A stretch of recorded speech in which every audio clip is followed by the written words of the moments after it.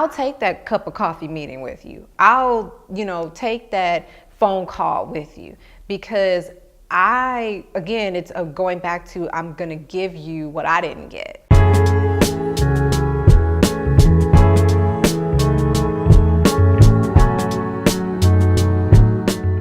I'm Christina Steed. I am an executive vice president at Flowers Communications Group, which is a Black-owned, woman-owned firm here in Chicago. We do integrated marketing communications for some of the world's largest brands. So I love it. It's a focus on multicultural work. So we do it for the culture, for real, for real.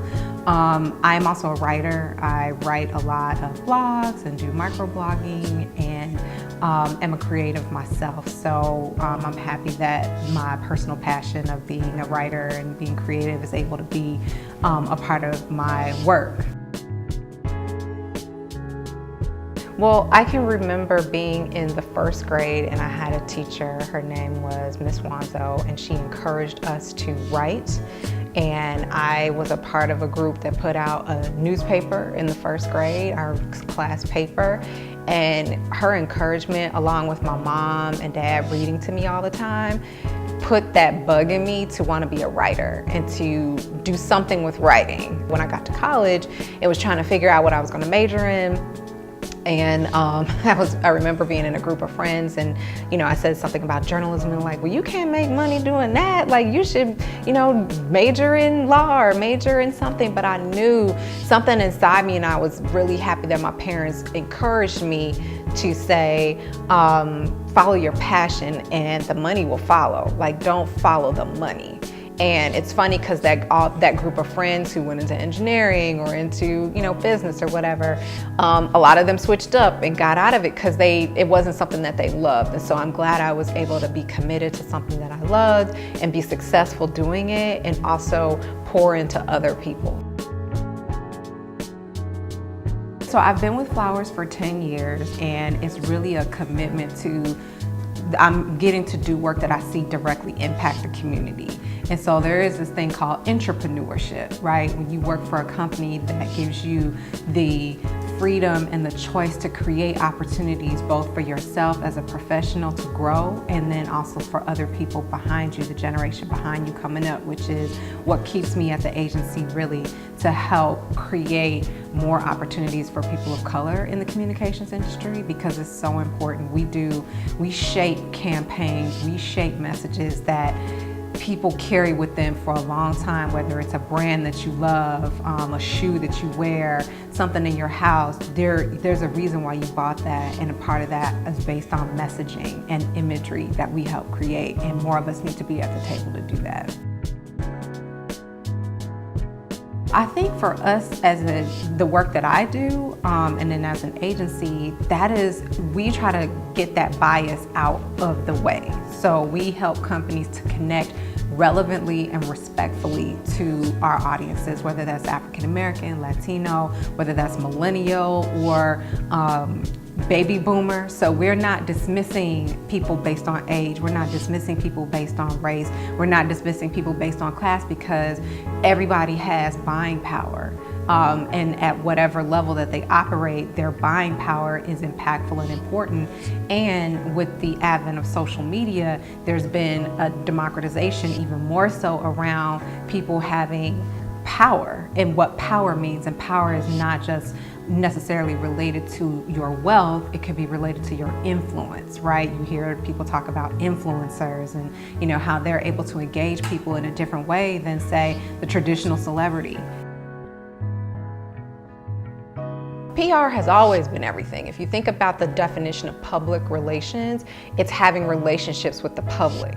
So it's not just in the news arena, it also includes community relations. It includes having your spokespeople be, representative of a company. So I do think now a lot of people hang a shingle out and say they do publicity, which is very different from public relations, in that, you've heard the saying, all news is good news. It's really not, because it can damage a brand. So where publicists are, just pushing information out there, PR people are a little bit more strategic in the way that we approach approach communications, because we know, especially when we work for corporations, one bad slip, that could impact stock, that could impact the business brand, that could impact, revenue. So it's very much more strategic and business minded in terms of the work that I do.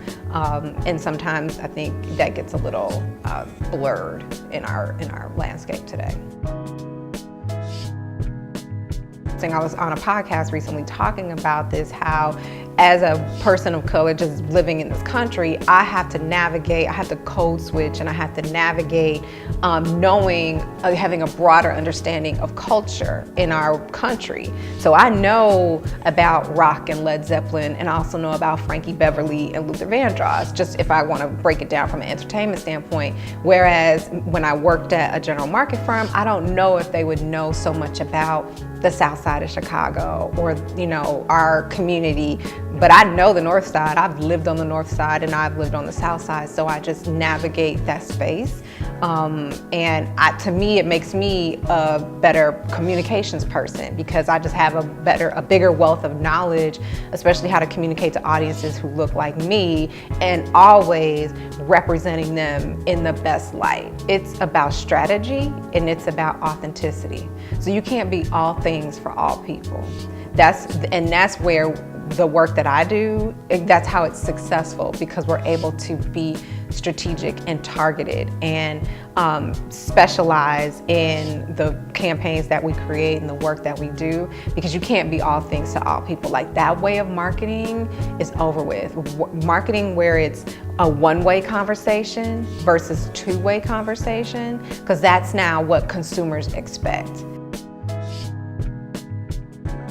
I think for me, I approach the creative process, I'm an observer. So if you think about, I'm an introverted person working in an extroverted industry, but when I approach my writing, I'm the introverted, analytical, observing people, and kind of taking notes and carrying that back to character development, and inserting a lot of that into the writing, the creative writing that I do, the fiction writing that I do.